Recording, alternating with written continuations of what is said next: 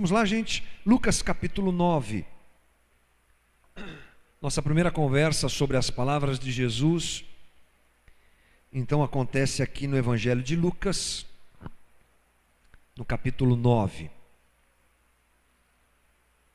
Leremos a partir do versículo 51. Uma história simples, mas creio eu que muito importante para o nosso aprendizado. Diz assim: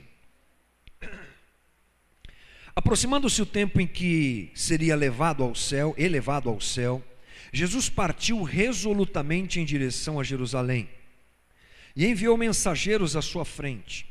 Indo estes, entraram num povoado samaritano para lhe fazer os preparativos. Mas o povo dali não o recebeu, porque se notava em seu semblante que ele ia para Jerusalém. Ao verem isso, os discípulos Tiago e João perguntaram: Senhor, queres que façamos cair fogo do céu para destruí-los? Mas Jesus, voltando-se, os repreendeu, dizendo: vocês não sabem de que espécie de espírito são, pois o Filho do Homem não veio para destruir a vida dos homens, mas para salvá-los. E foram para o outro povoado.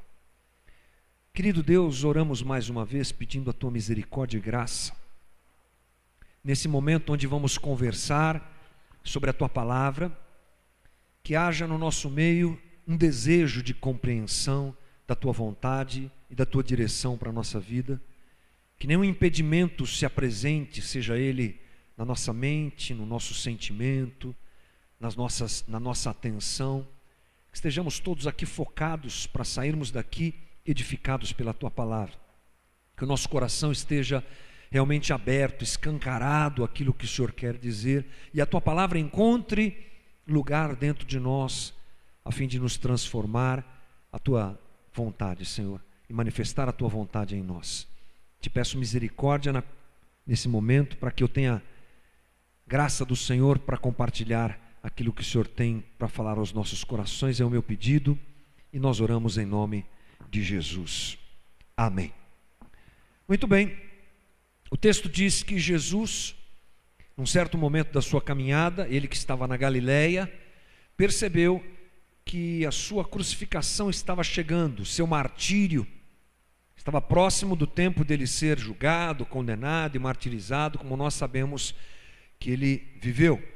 E me chama a atenção a clareza e o entendimento de Jesus, o feeling de Jesus para essas coisas. Jesus nunca perdeu o time das coisas. A comunhão dele com o Espírito era tão grande que ele se prontificava rapidamente aquilo que era a direção do Pai, que se manifestava no seu coração. E aqui ele começa a trilhar esse caminho em direção a Jerusalém, a fim de viver esses dias onde ele seria martirizado. E ele está andando na região de Samaria, e como qualquer grupo, ele envia na frente pessoas para prepararem a acomodação necessária para ele e os seus discípulos durante aquela viagem. Então ele manda 2 deles irem à frente ali para verem se havia uma boa pousada, uma comida, uma disponibilidade de estrutura para eles poderem fazer aquela viagem tranquilamente. Aqueles discípulos vão até um povoado. O texto não nos diz que povoado é esse, mas eles trazem uma notícia meio complicada. Olha, eles não quiseram nos receber. Não quiseram nos receber, não quiseram abrir as portas, nós vamos ter que ir para outro lugar. E a Bíblia nos diz que ao receberem essa notícia, os seus discípulos estavam juntos ali, 2 deles manifestaram uma raiva muito grande. 2 deles ficaram muito invocados com essa história toda, ficaram muito irados. Diz o versículo 54, ao verem isso, os discípulos Tiago e João perguntaram: Senhor, queres que façamos cair fogo do céu para destruí-los? Quem eram esses 2? Tiago e João, conhecido como os irmãos Boanerges, irmãos trovão, cheios de rápidos para ficar pavio curto, como a gente fala, os caras nervosos e tal, aquela coisa toda. E eles queriam então que descesse fogo do céu sobre os samaritanos. Só isso que eles queriam. Tipo assim, não tem lugar? Manda fogo. Olha só que coisa maluca. mas foi a reação deles. E o que nos interessa é justamente a resposta de Jesus. É para isso que a nossa atenção deve se focar. No versículo 55, então, Jesus diz a eles, diz o texto: mas voltando-se, os repreendeu dizendo: vocês não sabem de que espécie de espírito são, pois o Filho do Homem não veio para destruir a vida dos homens, mas para salvá-los. E aí eles foram para outro povoado. Como eu disse, essas são as palavras que nos interessam. São essas palavras que prendem a nossa atenção e nós podemos aprender muito com elas. Vamos fazer uma análise rápida de toda essa situação. Onde Jesus e os seus discípulos estavam? Eles estavam realizando uma viagem. Como eu disse, eles estavam na Galileia.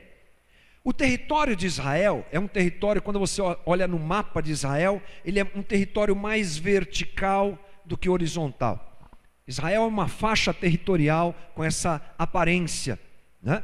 Então você tem no sul de Israel você encontra Jerusalém, mais ao sul de Israel. No meio você encontra Samaria, e lá em cima no norte está Galileia. O que é que acontece aqui? Jesus estava na Galileia. Lá no capítulo 4, não precisa abrir, mas só para você entender, Jesus sai do deserto, e diz Lucas que ele sai do deserto, depois de ter sido tentado e vencer o diabo, ele sobe para Galileia. Sobe não, sai do deserto e vai para Galileia, porque nós não sabemos que deserto foi esse. Mas ele sai do deserto e vai para o norte de Israel, vai lá para Galileia. Lá ele começa a fazer milagres, começa a pregar o evangelho. Lá ele tem um encontro com os seus discípulos. Muitas das coisas do ministério de Jesus acontecem na Galileia. Quando então ele tem essa ideia, esse sentimento, melhor dizendo, de que era hora dele ir para Jerusalém, ele começa a fazer esse caminho. Ele desce do norte para o sul. Entre Galileia e Jerusalém está Samaria. Esse é o problema. Esse caminho que passava por Samaria não era um bom caminho para os judeus andarem. Por quê? Uma questão histórica e de intrigas de nações, de povos, trouxe um grande problema entre os judeus e os samaritanos. Era uma rixa já antiga. Era uma animosidade, na verdade, racial e religiosa. Preste atenção nisso. Os samaritanos eram descendentes de colonos que os reis da Assíria implantaram na Palestina, depois da queda do reino do norte em 721 a.C. Por causa da mistura de sangue e diferentes costumes religiosos, os judeus os odiavam. Os peregrinos que iam a Jerusalém não costumavam nem sequer passar por Samaria. Então eles tinham um problema histórico. Quando a Assíria dominou Israel, eles praticavam uma coisa muito cruel com as suas colônias. Eles implantavam e misturavam os povos. Colocaram gente lá para se misturar com os povos da região. Então, os samaritanos tinham sangue que não era somente sangue judeu. E você sabe que o judeu preza muito por essa questão racial. Essa pureza racial é uma coisa que os preocupa muito. Portanto, por conta disso e de divergências religiosas, eles não se davam, mas era uma coisa meio séria mesmo. Os viajantes que faziam esse caminho, ou subindo ou descendo, passavam pelo lado de Samaria, andando muito mais só para não passar em Samaria, porque a animosidade era muito grande. A rejeição, tanto de judeus quanto de samaritanos, a coisa era complicada. E Jesus está fazendo uma viagem.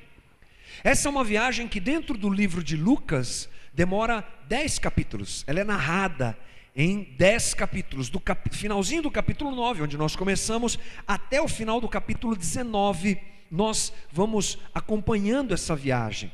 E eu acho então muito relevante nós estudarmos as palavras de Jesus nesse ambiente, porque é um ambiente onde não há religião. Jesus está longe de Jerusalém, Jesus está longe dos outros judeus, Jesus está ele e o seu grupo atravessando um lugar hostil à própria cultura e à própria religião judaica. E não é que isso tem muito a ver com a gente? Tem sim, claro que tem. Porque nós exercemos a nossa fé muito pouco no ambiente religioso, que é esse que a gente está aqui. Uma vez por semana a gente se reúne aqui, às vezes até duas, quem vem no culto, na reunião de quarta-feira, 2 vezes por semana, ok. Mas o resto do nosso tempo nós passamos em convivência com aqueles que muitas vezes não proclamam a mesma fé que a gente. Olha como tem a ver com a gente essa história. Nós vivemos em Samaria, vamos dizer assim, muitas vezes até hostilizados pela fé que a gente proclama, muitas vezes questionados pelo jeito que a gente vive. Muitas vezes, quando apresentamos a nossa forma de viver, o mundo que jaz no maligno não compreende, porque somos a contramão do sistema, se é assim que somos, né? Falo tendo uma pressuposição de que é assim que a gente vive, e que é assim que a gente se comporta quando a gente não está numa reunião como essa. Mas, enfim, tem muito a ver com a gente, esse ambiente não religioso. Samaria é o lugar distante de Jerusalém, da sua religião, o lugar onde vivemos entre os domingos, como diria Nelson Rodrigues, a vida como ela é, cruel, o dia a dia que a gente vive lá fora. Portanto, creio eu que na análise dessas palavras de Jesus, não só hoje, mas nos próximos dias nós vamos seguir essa viagem de Jesus, vamos aprender bastante como nos relacionar com aqueles que não professam a mesma fé que a gente. Acho que a gente vai aprender muita coisa aqui. Mas vamos lá, vamos analisar então o que Jesus disse a eles. Jesus disse assim: vocês não sabem de que espécie de espírito são. O que é que o mestre quis dizer com isso? Ao repreender os seus discípulos, chamando a eles a necessidade de saberem quem eles eram. Não sabiam de que espécie de espírito eram. Primeira coisa que eu creio ser importante destacar é que o saber baliza o meu comportamento. O conhecimento que eu tenho baliza, determina a minha reação às coisas da vida. Vou te dar um exemplo fácil. Amanhã, primeiro dia útil do mês, você deve ter um monte de contas para pagar. Todo mundo. As nossas contas começam a vencer amanhã. Normal. Uns mais, outros menos, ok, estamos no mesmo barco, vamos embora. Segunda-feira é dia de pagar a conta. Imagine você, na seguinte situação, você está aqui sentado nessa reunião, sabendo que você tem contas a pagar e você não tem o dinheiro para pagar essas contas amanhã. Puxa vida, como é que você vai reagir a isso? Onde vai estar o teu coração numa hora como essa? O Hamilton está falando aqui, o cara está lá na China, né? O pensamento está longe. A reação é baseada no fato de eu não ter dinheiro para pagar minhas contas amanhã. E a pessoa que não tem dinheiro para pagar suas contas amanhã vai reagir diferente da pessoa que tem dinheiro para pagar suas contas amanhã. Porque o que não tem dinheiro está aflito, está pensando no que fazer. O que tem o dinheiro para pagar suas contas amanhã, tranquilo, beleza. Estou aqui, já sei que amanhã eu tenho o meu suprimento para pagar, estou tranquilo. Mas imagine a seguinte situação: você tem o dinheiro para pagar, mas não sabe que tem o dinheiro para pagar. Tipo assim, caiu uma grana na tua conta de hoje para amanhã, aliás, de ontem para hoje, já está na tua conta. Mas você não olhou o extrato hoje, domingão, deixa para lá, tem lá o dinheiro certo para você pagar a tua necessidade, mas você não sabe. Ou seja, você se comporta como quem não tem, mesmo tendo. Você vai carregar uma preocupação que você não deveria ter, simplesmente pelo fato de não saber que você tem. Quando a gente aplica isso nessa questão, faz muito sentido. Veja você que Jesus não disse que eles não tinham o Espírito de Deus na vida deles. Eles já estavam caminhando com Jesus faz tempo. Já eram homens que estavam em formação, tinham muito ainda a aprender, mas já estavam em formação. Já tinham visto muitas coisas, mas de repente, eles colocam uma situação como essa e Jesus diz para eles: vocês não sabem que espécie de espírito é o de vocês. Ou seja, a reação deles era pautada numa ignorância espiritual, de alguém que é, mas não sabe que é, não discerniu direito o que é esse não compreendeu o que ser na sua plenitude significa. Vestiu a camisa, mas não completamente. Entendeu, mas não completamente. Está lá, mas não sabe que está completamente. É disso que Jesus está falando. A palavra usada por Jesus para descrever espírito é pneuma. É uma palavra grega usada para definir muitas coisas. É bem amplo o significado, significa vida, significa sopro de vida, mas significa uma coisa muito interessante, ela também é aplicada à pessoa do Espírito Santo,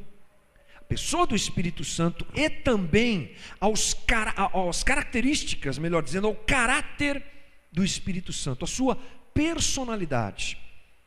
Refere-se à sua personalidade e ao seu caráter. De quem? Do Espírito Santo. Ao dizer pneuma, então Jesus está enfatizando o Espírito Santo e o seu caráter. Jesus está dizendo para eles: vocês não sabem de que espírito vocês são, vocês não compreenderam que vocês são do Espírito Santo, vocês não compreenderam que agora a vida de vocês deve ser diferente, as reações de vocês devem ser diferentes, a maneira de vocês viverem deve ser diferente. É para esse caminho que Jesus está levando os seus discípulos e a nós também. Então, nós podemos destrinchar essas coisas pensando da seguinte maneira: o mestre quis dizer então que seguir a Jesus significa adquirir a personalidade e o caráter do Espírito Santo que já habita nos seus seguidores. Lembre-se que João disse que o Espírito Santo é aquele que convence o homem do pecado, da justiça e do juízo. Palavras de João evangelista. Ou seja, quem trabalha o homem a fim de que o homem conheça Jesus Cristo é o Espírito Santo. Quando eu entrego a minha vida para Jesus e começo a me relacionar com Ele, pode ter certeza, o Espírito Santo já habita em mim. Caso contrário, eu não seria levado até Deus. Quem me leva até Jesus é o Espírito. Essa era a verdade que Jesus estava dizendo aos seus discípulos e a nós também. Se eu confesso que Jesus Cristo é o meu Senhor, então o Espírito Santo de Deus habita em mim. Bacana. Primeira obra que ele tinha que fazer já fez. Me levou a Jesus. Sequência: transformar a minha vida e fazer com que se manifeste em mim o caráter, o seu caráter. O Espírito Santo faz isso, gera isso em mim. Paulo diz assim, lá em Gálatas 5:22, mas o fruto do Espírito é amor, alegria, paz, paciência, amabilidade, bondade, fidelidade, mansidão e domínio próprio. Contra essas coisas não há lei. E isso deve ocupar mais a nossa mente. É disso que Jesus está nos alertando. Essas características precisam florescer em nós. Pensamos muito no Espírito Santo, no seu poder. Pensamos muito no Espírito Santo, nas experiências espirituais que nós podemos ter. Ok, irmão, é isso aí. Espírito Santo tem poder, visita as pessoas, toca as pessoas. Mas temos colocado esses valores relativos a caráter, relativos à transformação, muito longe de nós. Queremos só algumas coisas que o Espírito Santo pode nos dar, mas não queremos e não permitimos que o seu trabalhar aconteça a fim de nos fazer mais parecidos com Cristo. Portanto, o mestre com certeza quis dizer que seguir a Jesus significa adquirir o caráter e a personalidade do Espírito Santo que habita em nós. O mestre quis dizer também que seguir Jesus é perceber se meu comportamento é adequado ao que me proponho a viver. Ele estava dizendo aquilo para quem? Para um discípulo. Discípulo que andava com ele. Ele olha para o discípulo, e o discípulo, até agora há pouco, estava louvando a Deus, estava orando, estava glorificando a Deus, recebendo a palavra de Jesus, aleluia, glória a Deus. Daqui a pouco o cara me faz uma dessa. Tipo assim, tem alguma coisa meio estranha.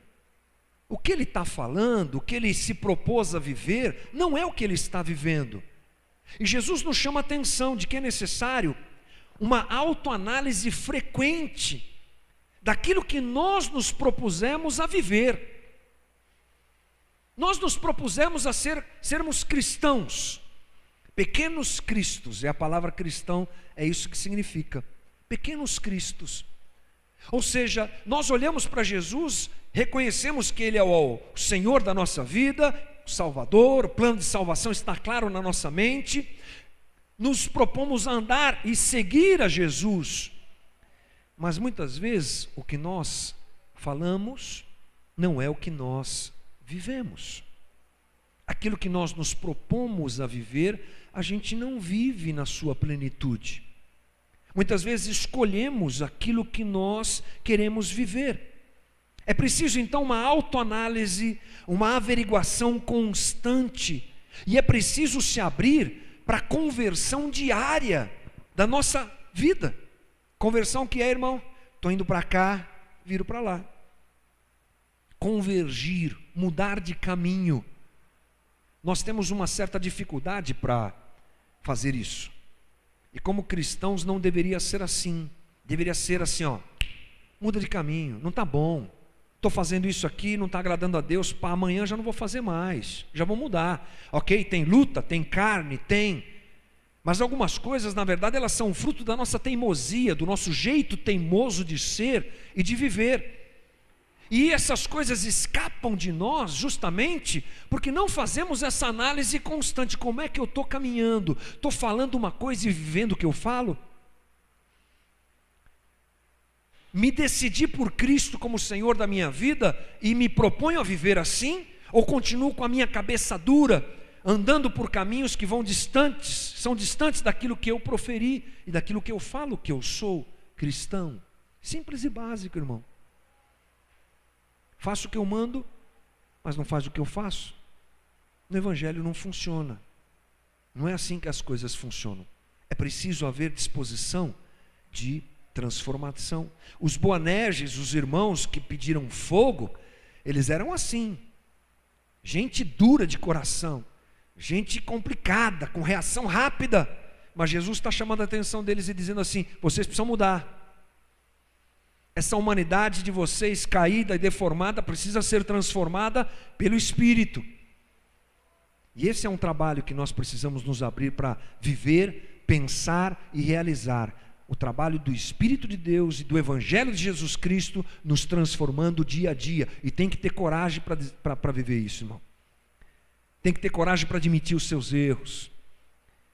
Tem que ter coragem para pedir ajuda de Deus, para mudar valores que nós achamos tão certos e nos agarramos a eles. É preciso que isso aconteça. O mestre quis dizer também que seguir a Jesus é perceber que há uma, abre aspas, expectativa divina, fecha aspas, que aconteçam mudanças interiores em nós, e que tais mudanças se reflitam em comportamento. Vamos fazer um exercício básico aqui. Como é que você acha que foi a cara de Jesus quando os caras vieram com essa história de mandar fogo sobre os samaritanos? Tipo assim, de novo. E Jesus deve ter feito muitas vezes essa cara, né? Porque Pedro deu cada uma também na trave, que não deve ter sido fácil para Jesus, né? Tipo assim, vocês não entenderam nada, meu.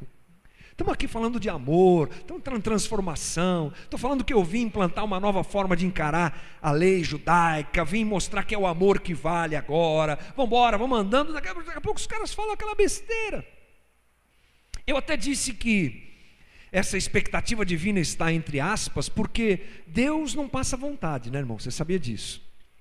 Deus não passa vontade, quando Ele quer, já aconteceu. Mas para nós entendermos isso, na liberdade que Ele nos deu, uso aqui um termo arriscado na teologia, mas penso que Deus espera isso, espera essa transformação em nós, espera ver uma obra transformadora em nós, espera que aconteça aquilo que Paulo nos diz lá em Romanos 12:2: não vos conformeis com este século, mas transformai-vos pela renovação da vossa mente. Olha o que Paulo fala para os romanos: olha, não se conforme com isso, transforme a mente de vocês. Paulo ainda cita um texto muito interessante, nos deixa um texto muito interessante dizendo: desenvolvei a vossa salvação com temor e tremor. Melhore, cresça, desconstrua valores errados na tua vida, deixe Deus trabalhar o teu caráter e os teus valores. Há uma expectativa de Deus, volto a dizer, para nós entendermos, de que isso aconteça. Jesus queria ver os seus discípulos agindo de forma diferente. Puxa vida, de novo falando isso. Mais uma vez. Sempre com muito amor, mas com certeza com uma grande expectativa de que isso acontecesse. O interessante é que o texto continua e diz assim, Jesus: pois o Filho do Homem não veio para destruir a vida dos homens, mas veio para salvá-los. O mestre então quer dizer, com essas palavras, creio eu, que não é tempo de mandar fogo nenhum, mas é tempo de salvar. Vamos entender um pouquinho por que os discípulos de Jesus estavam com esse negócio de fogo na cabeça deles. Olha, tem duas informações muito importantes para a gente entender essa reação. A primeira delas é que eles estavam passando por Samaria, o lugar onde aconteceu um grande combate espiritual, descrito lá em 2 Reis, entre Elias e os profetas de Baal. Lembra dessa historinha? Escola Bíblica Dominical, você deve ter ouvido bastante sobre isso. Os profetas de Baal desafiaram Elias, e aí eles entraram num confronto. Elias então sugeriu que fizessem 2 altares, um ao Deus deles e um ao Deus de Israel. E Elias disse: nós vamos clamar, vocês têm o tempo de vocês vão clamar e vão pedir fogo. E eles fizeram, e clamaram, e choraram, e se chicotearam, e se esfolaram, e não veio fogo nenhum. E vai Elias, clama, ora a Deus, vem um fogo incrível do céu, uma labareda poderosa, e depois aqueles homens são todos perseguidos e mortos. Era nesse lugar. Então, não temos dúvida de que isso foi assunto da conversa deles. Esses samaritanos que não respeitam a nossa religião. Certo tá Elias que mandou fogo e queimou todo mundo. Você acha que não? Opa, essa foi a conversa que eles tiveram. Aliás, por passarem naquele lugar, essas coisas floresceram. Como a gente quando passa em algum lugar, você passa num lugar onde teu time foi campeão, lá naquele estádio, lá você fala, foi aqui, né? Passa e sente alguma coisa, a casa que você nasceu, um lugar onde alguma coisa histórica aconteceu. Eles também estavam passando pelas terras onde Elias mandou fogo nos samaritanos. Vamos mandar fogo também. E mais, muito pouco antes dessa situação, você encontra os discípulos junto com Jesus na transfiguração. Nesse mesmo capítulo, no versículo 28, depois você confere em casa, estava lá Moisés, Jesus e quem mais? O homem do fogo. Estava lá Elias. Veja vocês, eles estavam assim, muito apropriados dessa situação, convictos de que era isso. Elias mandou fogo, vamos mandar fogo também, Jesus. Esses caras não aceitam a nossa religião, vamos queimar todo mundo. A gente é um pouco assim também, né? A gente também é um pouco assim. Acho muito interessante nós pensarmos nesses dias a respeito disso. Quando os diferentes aparecem e de alguma maneira nos confrontam, vamos mandar fogo nesses caras. Eles não respeitam a nossa liberdade religiosa. Olha esse pessoal do LGBT aí, com essas propostas indecentes. Esses caras ficam fazendo essas passeatas aí. Aliás, devia ser tudo proibido. Só marcha para Jesus nessa cidade, mais nada. E vão mandar fogo nesses caras. E os macumbeiros então? Esses daí tem que arder mesmo lá no fogo do inferno. Manda fogo neles. E os outros que seguem aqueles deuses estranhos, manda fogo também. E os maconheiros, manda fogo também. E os roqueiros, manda fogo também. É tudo assim. Os corintianos não, esses não, irmão. Isso aí, misericórdia. Tem que ter misericórdia. Tem que ter misericórdia. A gente gosta de mandar fogo em todo mundo que vem contra a gente, irmão. Nós não somos diferentes desses discípulos, não. Aliás, isso acontece dentro da igreja. Hoje nós temos uma diversidade de maneiras de servir a Deus dentro do cristianismo, muito saudável, creio eu, porque cada um escolhe o que quer. Tem gente que gosta mais do fogo, do reteté. Né? Amém, está lá, tem um monte de igreja que é assim. Outros gostam de uma coisa mais calma, outros gostam de um estudo mais profundo da palavra, outros gostam de... Cada um gosta de uma coisa. E a gente vive mandando fogo até nos nossos irmãos. Queima, Jesus, esses caras aí, que eles são muito quentes no espírito, já aproveita e já queima tudo. Não é? Aquela igreja é muito fria, precisa cair um fogo lá. Eu não entendo. Nós somos assim. Nós não lidamos bem com resistências e diferenças. E aí, essa palavra de Jesus, pá, bate na nossa cabeça. Jesus deixa claro enfaticamente que a maneira de agir agora não era mais a mesma. Ei, discípulos, oi, vocês estão falando, vocês estão loucos?